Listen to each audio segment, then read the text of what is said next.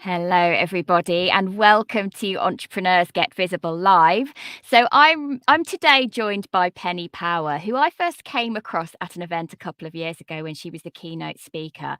And Penny Power has had an incredible background in the online space, and actually was one of the first movers and shakers in this online space quite a while ago now, with the foundation of the Academy, which she grew with her husband Thomas Power. And today we're going to be talking with Penny, who is not just Penny Power, but she is Penny Power with an OBE for her services to entrepreneurs, which is frankly incredible. We're going to be talking today about why business is personal and you can't separate your life, your goals, your ambitions, your mental and physical health from what you're doing in your business. So thank you so much for coming on the show today, Penny. Oh, that's so good. That's such a great, clear introduction. I love that. Thank you. So Penny, we can see behind you, those of you who are watching live are able to see that Penny has a very bright book, which is called Business is Personal behind you. I'd love to hear why that book came about. What's the story that you're sharing there? So, it's beautiful and shiny and gorgeous the way you introduced me, and I think that everybody has sort of their identity, and it's great. It's sort of it boosts you, blows smoke up your bottom. It makes you feel great, and sometimes that's how we manage our brands online. We show Of course. we don't want to look like victims of life, so we show the shiny side of things. But I actually feel, this whole world of compare and despair, where people can't help but go online, even those who've got quite strong self-esteem, and so notice what other people are doing and sort of comparing themselves. And our journey ourselves financially and through some emotional traumas hasn't been that easy. But to the outside world, there's Thomas and Penny and their 3 kids and their holidays and her OBE. It looked really shiny, and I just felt it was time for me for someone to step up, I suppose, and say, look, this is the reality. Because I felt that the trouble is, if there's a line of normal, how everybody is, and then there's exceptional above that. But if a lot of people feel they're below normal, to become exceptional, you've got to move through that normal. And I was talking to a lot of people, and including myself, and thinking, the mental well-being, the mental fitness that we have to have, the rough rides as well as the high moments. If we could just normalize that a bit, then if we all start at normal, then getting to exceptional is much easier place to get to. And so I decided to share it all, bear it all. Journey. And I think you're right in that often high achievers, we don't share the moments where our back is against the wall, whether that's Yeah. personally, professionally, mentally. We might talk about it afterwards, but not in the moment. So it can No. appear rosy. Did you feel after being given your OBE that there was more pressure on you to perform in a particular way? That's a brilliant question, that is. The thing is, when the OBE came through to us, which was in November 2013, so it was in the New Year's honours list, so it's a big secret. When you get awarded it, you have to keep it very quiet. It was only just over a year from when our business, which we'd cherished and loved for 14 years, had to leave us. And it was a very traumatic 3 years leading up to that point. So from 2009 to 2012. And so that year after it, not only did we go into quite a lot of financial trauma, and quite severe trauma, we also really lost our identity and didn't know what anchor to cling to. But nobody really knew the full story behind it, and only if people reached out to us and asked us. We were always very transparent. So there was a real sense of, lack of self-worth and internal validation of ourselves, because when you've worked for something for 14 years and really built something quite incredible and trailblazed, and also been placed on a bit of a pedestal, Yes. by the media and around the world as speakers and things, to suddenly lose all that and lose your identity, which a lot of people will be experiencing that through this period. It has to affect you. It can't not affect you. You can't So put, and particularly when you're building a family business as well, you're building it with your husband, yeah, around your yeah, children, and yeah, you've been doing it for 14 years, really at the front of that tidal wave of people exploring what the online business world meant. yeah, Uh, you were creating a community with the Academy, as I understand it, way before there were things like Facebook and yeah, Facebook absolutely. groups. So you were And really LinkedIn, yeah, yeah, it before was, all of those things. yeah. So what So happened when for the you? OBE came, so just to answer that, I think it was just the most incredible sense of validation. And my daughter, who's 28 now, she's a fantastic girl and supported me a lot. Um, she used to say to me, "Mum, I don't understand why you don't feel um, a more sense of self-worth and achievement." But we all tend to see our achievements by our bank balance. It's Very true. it's the way it is, and when you lose your home and life changes really radically, you don't realize that you're still a useful, brilliant person in a way because you judge yourself by that. And so that validation was very special. And it was also validation of the members as well, because, I can remember the first 10 members that joined in 1999 that believed in the idea when we launched. It's the members that make a community. Mm. And I felt like I was picking it up for them, and definitely I was picking it up for my husband. I mean, really, he should have he should have got the OBE for the incredible way that he built the Academy around the world. And that's Mm. something that you really do champion, that the business really is about personal connection, that it is about the relationships that you build along the way. At what point do you think you realised that? I think I've always been very emotionally driven all my life.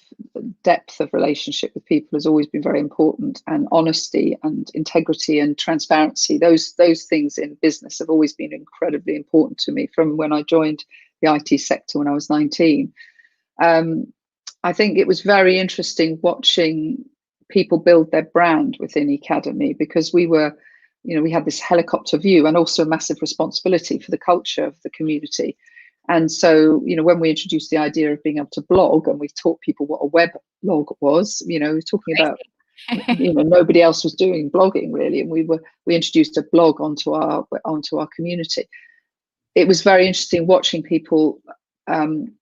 They could burn very fast in those environments, or those that took a slower, calmer attitude to how they built depth in their relationships. And I think it's interesting, even now, sort of 22 years on, I've just got quite close to a lead generation person, and I actually was advocating him and was doing quite a lot um, to support him, because he spoke well about the subject. Um, but in haste, and introduced him to some of my clients in haste, he's done a very bad job, Mm. because he was looking focused on the transaction rather Not than long-term value he would give that client. And I mm. see this often with people in the online world, where they see an opportunity to make money and they burn themselves very fast. And I think Thomas They and don't I, deliver. They don't deliver. yeah, they don't deliver. They don't have the integrity. They overwhelm themselves with work and therefore don't have time to deliver the closeness. Thomas and I, integrity and our reputation has always been really important to us. I couldn't bear somebody to think badly of me. I don't know whether that comes from ego or just a real deep sense of conscientiousness, And integrity. um, and integrity. And so I think the online world is threatened by what looks like, I'll do this course, I mean, look at what you're doing with podcasting. It's phenomenal, helping people to build their podcast. But I know the clients that you love working with were the ones that really have a message, really are committed to it. Mhm. It's not some short-term marketing plan. It's part of who they become. And Um, it's part of finding their identity. I got a bit emotional yeah, on a sales call yesterday, a discovery call, because I realised that what we were going to create with this lady wasn't about, can she get a quick buck in her business? Yes, yeah, that could probably happen, but she was creating a legacy that right now she's not taken those first steps towards. And so I see our job as partnering to make that mm, transition happen. Now, one of yeah, the which things is wonderful. One of the things I want to shout out really, Penny, which I'd like you to talk a little bit about, is your Facebook community, which I was actually brought into by a couple of people in that group who said, actually, you definitely need to be in this space. And the welcome that I got from not just you and Thomas personally, but also from other members of the group, I think was quite unique in the online space. And I think that says a lot about the level of community that you build. So could you just talk about that free community that you have? Yeah, this is a really interesting subject. Thomas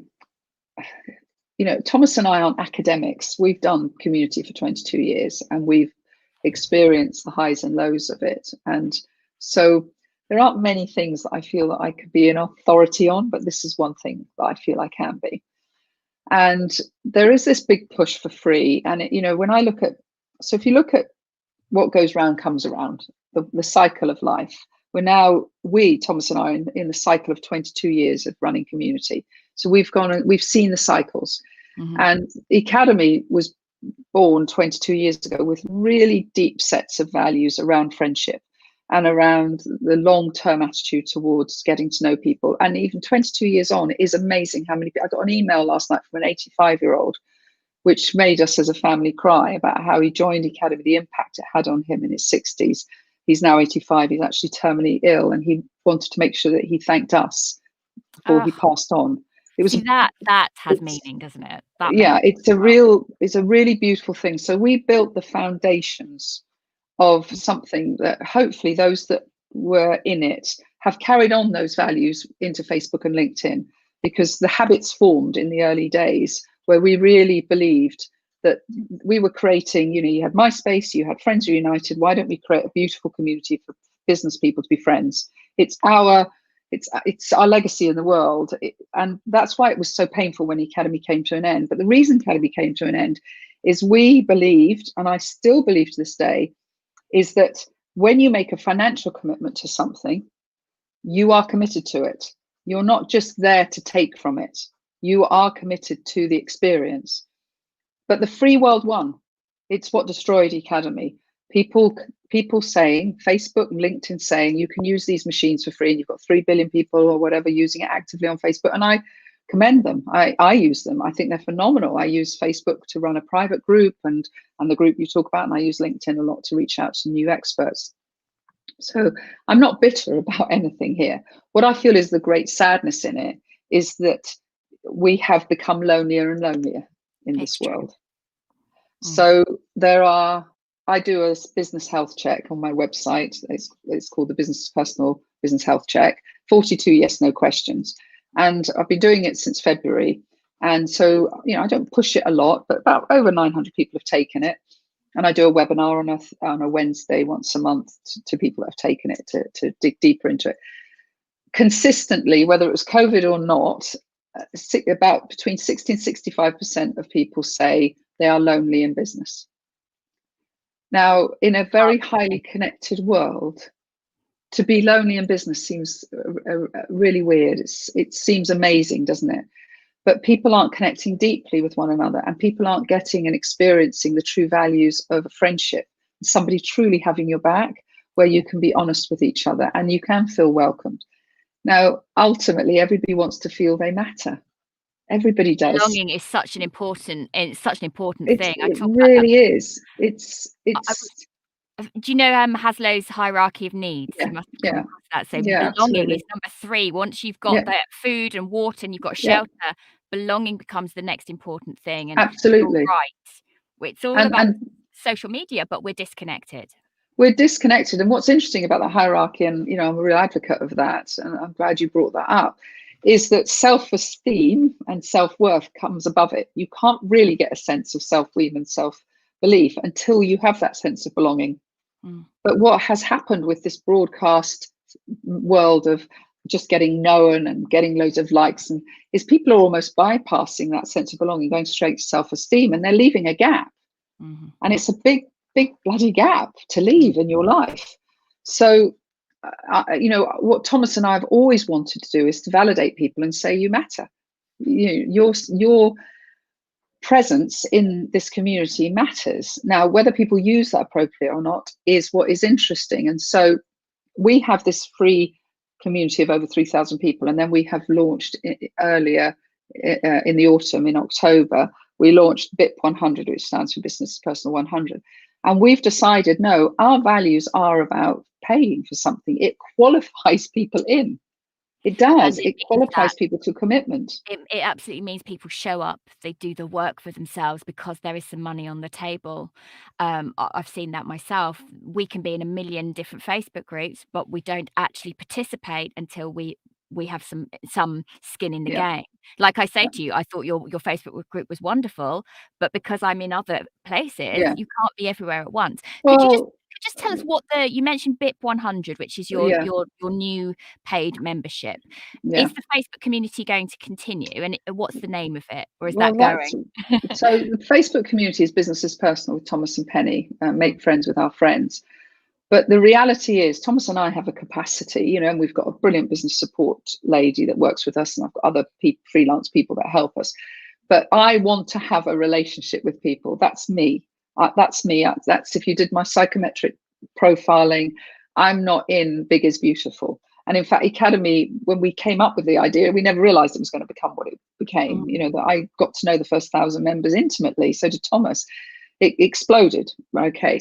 So we've gone back to the roots of actually, if we want to deeply know 100 people and deeply care for them and deeply refer them and talk about them in the market and also curate the right people, which takes mhm, hours. I mean, Thomas and I spend 30 hours a week on Zoom calls with people who apply to check that if they spend this money, and it's £249 a month, but so if they commit this money into it, are we going to make a difference to their lives? Because that's very important to me on my conscientiousness radar. And also, what will they contribute into the community? Do they have time? Do they have the values to say, I'm interested in everybody else as well?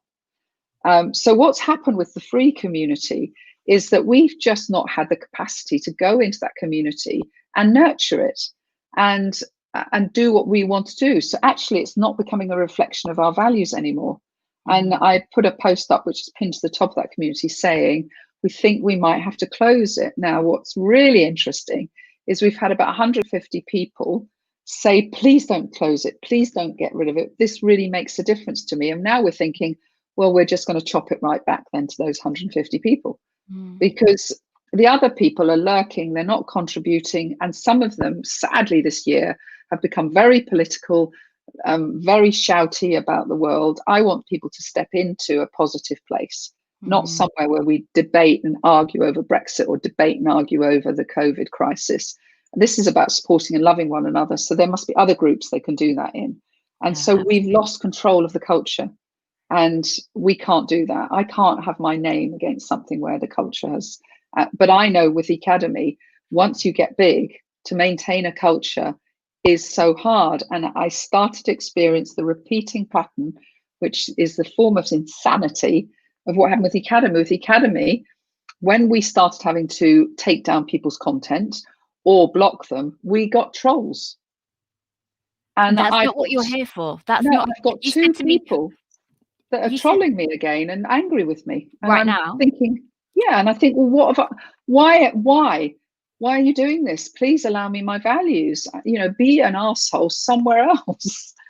And this is you really know, interesting because before we started this conversation today, I said, "What's the thing you really want to be known for?" And you said, "It's my values." You said, "It's my values." It's about being seen and doing and having integrity around the things that matter to me. yeah. And that's love and kindness. My values are love, kindness, and family. And family, I project that within my family. Obviously, we've got a very close Yeah. family, but also into the community of people. That if I am running the most enormous dinner party online, I have to know that people are enjoying it and being treated well by one another. Because they're under your wing in your house. They And I love are. this. I love this concept. So I don't know if it was on LinkedIn or on your website. I saw that you and your husband in the normal world, which hopefully is coming back to us, you regularly host a dinner party where you bring Yeah, together business owners who would never normally meet and host yeah, them. And yeah. that's such a nice idea. It's such a Yeah, well, nice it is that make friends with your friends. Let's think about the dating. The online dating world. You come into contact with complete strangers. What's interesting is Facebook have now introduced dating, and it's going to be friends of your friends. There is something around the safety net of it being your, if they're friends with Penny and Thomas, and we like Penny and Thomas and we trust Penny and Thomas, then maybe this is a little bit of a safer network. But this is why referrals work so well, yeah, isn't it? So this is why you want to have trust in the people that you recommend. You want to have trust in them because it does reflect on you. And that's what you're describing, is that when you nurture those relationships and deepen those relationships, there's trust all over the place, and that sense of absolutely. loyalty. Yeah, I mean, this fake world, like I get asked all the time, could you endorse my book? Could you buy it for 99p and put me to #1? And I have a real struggle with it because I'm joining a fake world to do that. I haven't read that book. And if I'm going to have to read a book, that is a massive commitment in time to do that. In the same way, when I endorse someone anywhere, they are genuine endorsements. They're not just because I know this person, I'm going to say they're good, because people come to me and say, do you know an SEO expert? Do you know a podcast expert? Do you know this person? And unless I've really got close to them and I've experienced their values, either firsthand by absorbing them as a supplier or with somebody who has absorbed them as a supplier, I don't feel I can give a genuine referral. And I got caught out this year by this, where I had an expert come into our mastermind group, did a brilliant expert session, taught us Facebook advertising, huge value in that 2 hours. I paid them. I always pay experts for their time. I paid them to come. But this person walked away with £25,000 worth of business from the room, right? He sent me a lovely hamper from Fortnum Masons to thank me. I don't take affiliate money. So he thanked me with a nice hamper. But 3 of those 5 clients were massively let down. Now, I hadn't truly experienced the product they went on to buy. And I've really feel labored about this. And I've talked it through in detail with these people. They don't hold me responsible. They said the product you gave us was the Facebook advertising and all of that. You didn't endorse this person for the other stuff. So they've let me off the hook. But for me, my values and my integrity, I lost those people £5,000 by that introduction. It's very upsetting to me. And that's why building and nurturing and sustaining relationships is so important. It And what we is. see in the online world, and particularly with the growth over the last 2 or 3 years, and particularly since COVID hit, is that lots of people are kind of popping up very quickly, establishing online relationships, but there's no depth. There's no depth to it. And I think that becomes kind of, not dangerous, it's maybe a little bit Well, dramatic, it's but deceitful. It's deceitful. And I think each of us have to be that change and live by the values that we believe in. Now, there are a lot richer people than me in the online world, and Thomas and I have suffered so much financially. But we've got enough. We're climbing our way back from major financial and some family traumas that happened. But I live with myself, and I live with Thomas, and the children, and when I close my eyes on the world, whether it's tomorrow or in 30 years, I have to know that I didn't deliberately or deceitfully hurt anyone. And we're all responsible for that in the online world. And if we don't live by those values, our brand burns very quickly. And what is lovely is 22 years on, and I'm not saying this with any smugness at all, but what is good 22 years on is I don't think anybody sees Thomas and I as bad people or people that have let them down. And if we ever have, then we've addressed it. one of the comments that's just come through as we're doing this live is that Nicole says you held your integrity by talking it through with those 3 people. So you have still retained your values in that situation, and that says a lot. Now, one of the things I do want to discuss with you today is the fact that you're kind of a champion for the impact on mental health that social media has. And this is something you were talking about before the massive meteoric rise that we've had in terms of Facebook and LinkedIn now, and how often not only us but our children are now on social media. Tell me about why you think it matters then for us to be taking ownership of what's happening in terms of mental health and social media. Yeah, that's a really wonderful question. Well, I mean, I think I had my own. So if I just give a quick summary so people understand why mental fitness is very important to me. So Thomas and I worked extremely hard on Academy, and and we also worked very hard on our family. And we all know, anybody who's a parent, how hard work that is. And in 2007, when we really had to reinvest in the business, we had to start looking at how we were going to pivot it, because Twitter and Facebook and LinkedIn was starting to have a bit of impact.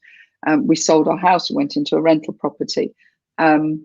And we thought, Barclays were going to buy Academy. There was other things that were going on. So there was a lot of opportunity for exits. And then the banking crisis happened. Barclays didn't buy it.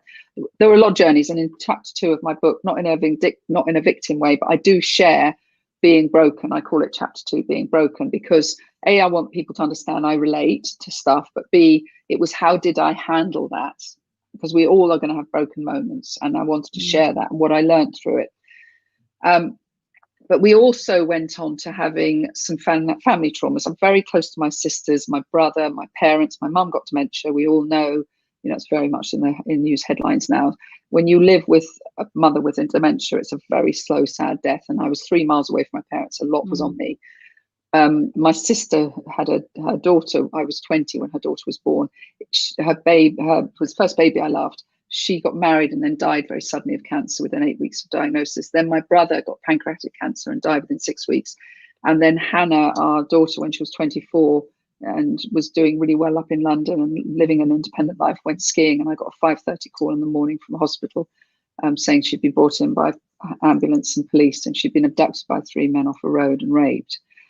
All of this was going on while Thomas and I were really massively keeping that strong identity in the market to pay down £2.5 million worth of personal debt that we had accrued, because we were determined not to go bankrupt. We couldn't stand as a business person if we went bankrupt, in my mind.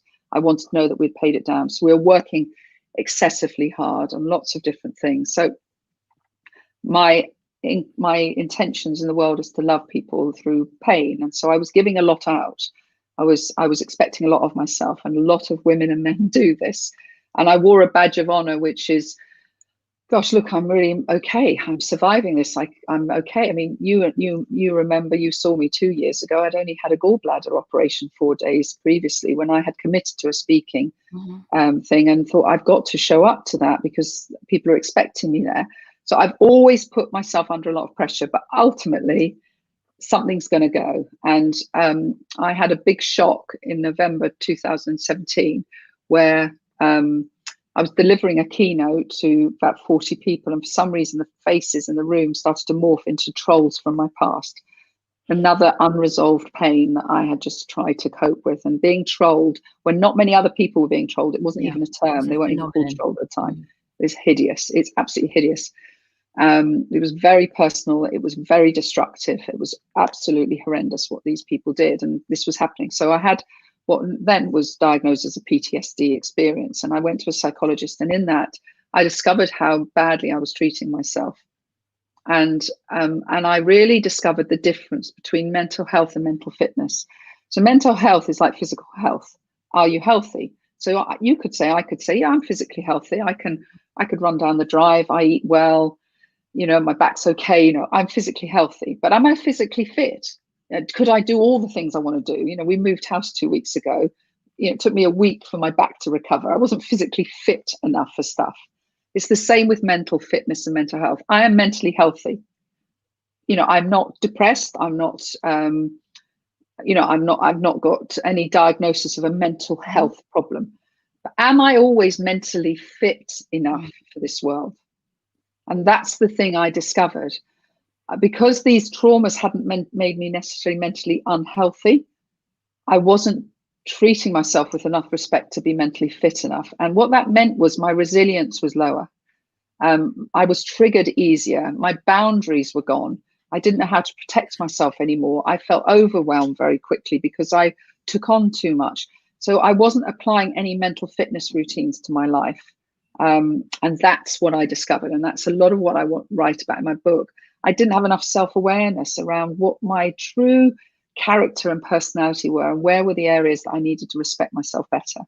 And that's felt very indulgent, but for 9 months, I threw myself into it, spent time with a psychologist. And when I was sitting in that psychologist's room, after about 3 weeks, I said, everything we're talking about here, is this pretty normal, really? And she laughed and she said, yeah, it's very normal. You are normal.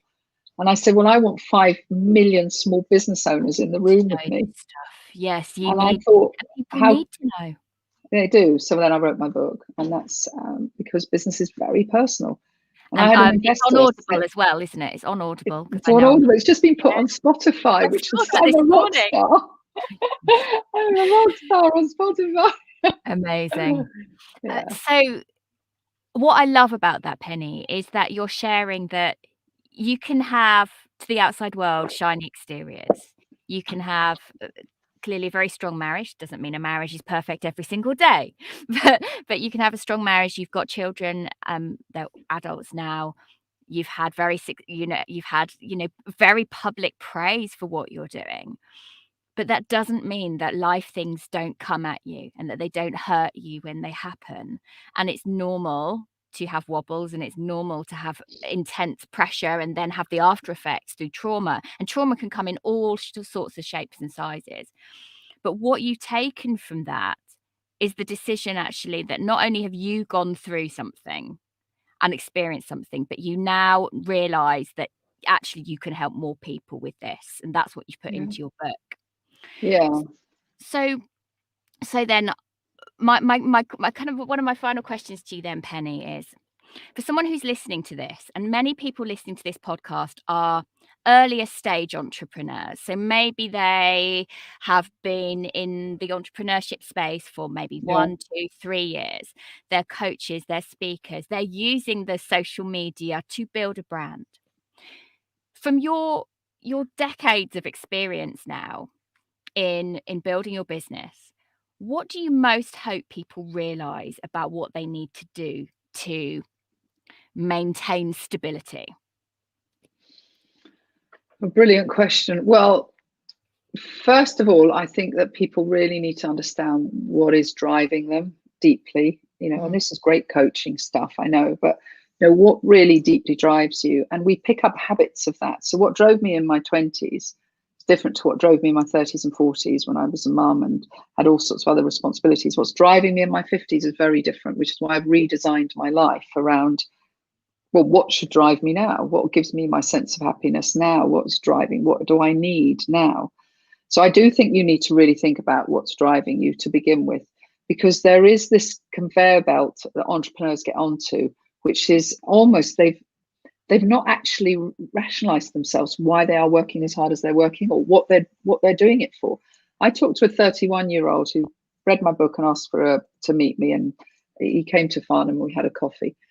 And I went off to the loo and I said, before he told me, he had a wife, 3 children, his mortgage we paid off in 5 years. So by the time he was 36, he had holidays. Life was absolutely brilliant, but he was suffering depression. He said, I feel really low. His business was doing 70,000 a month and he had retained clients and he could see a cash flow going into month 10, right? So there was no fear, no scarcity in there. So as I went off the loo, I said to him, can you just tell me who you are benchmarking yourself against in life? What is it? What? When I came back, he was peeing himself laughing. And I said, why are you laughing? He said, I've never been asked that question, but I'm comparing myself with Mark Zuckerberg and Elon Musk. And the thing is that we get caught up in some of this stuff totally in our subconscious. Remember, our subconscious is 95% of our thoughts. Mhm. They're driving our thoughts.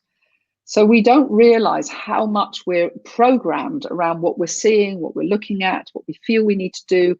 And we're trying to keep up with people and comparing ourselves before we've actually realized what is the life I want. And And one who of the am most, I? Who and who am am I? I? Mm. Who am I? And what, yeah, exactly. So the other thing is that, a lot of us, when we're building, we've talked about self-esteem and all that sort of stuff. Some of us don't really have enough self-worth and self-esteem and aren't internally validating ourselves enough for the brands that we're trying to create. So Mm. we're constantly feeling like an imposter and feeling like we're going to get caught out. And we end up using these tools just to try and become someone when actually deep down we don't really believe we are. And so our confidence, it's very important to work on your own internal confidence and validation. I had somebody come to me join our mastermind. She joined our mastermind. She was running mastermind. She was charging £195 a month for a mastermind offline. she wanted to charge more. And we're over 3 months in the mastermind. We discovered that actually she could charge £750, and she launched. And 2 months later, she had 10 clients paying her £750 a month. And a lot of that came from internal validation, constructing it properly, calming things down, properly thinking about what do I really need to achieve 10 clients, not mass, not volume. So sometimes we need to break our business down into what do we really need. Now, I know, and Thomas knows, that 100 clients would be phenomenal for our life, right? We can cash flow it, we can break it down, we know what we need to deliver to it, we keep ourselves accountable to it. And a lot of the time in business, we just don't do that sort of stuff enough. Amazing. Penny, I have so loved talking with you today. Just such wealth of knowledge. And I think, as you say, your values and your integrity and your sense that we have a responsibility as we're building these brands to let people see a little bit behind the curtain. Yeah. And I think that's really important. So thank you so much. And people, go and find Penny's book, Business is Personal. Oh, And that's lovely. your the quiz that you've mentioned, is it pennypower.co.uk? It is, yeah, and there's a little pink And it's at the banner top. there if anybody wants to take it. Yeah, thank you. Fabulous. That's very kind of you, Anna. Well, thank you so much for listening. I hope that you've taken something from this and realized that all business you do is personal, whether that is looking after your own mental fitness or whether that is the relationships that you build. Make sure that you're building something that actually represents you, because otherwise there will be a massive piece of disconnect and you won't be happy with what you've built. Thank you so much for tuning in Thank today. you.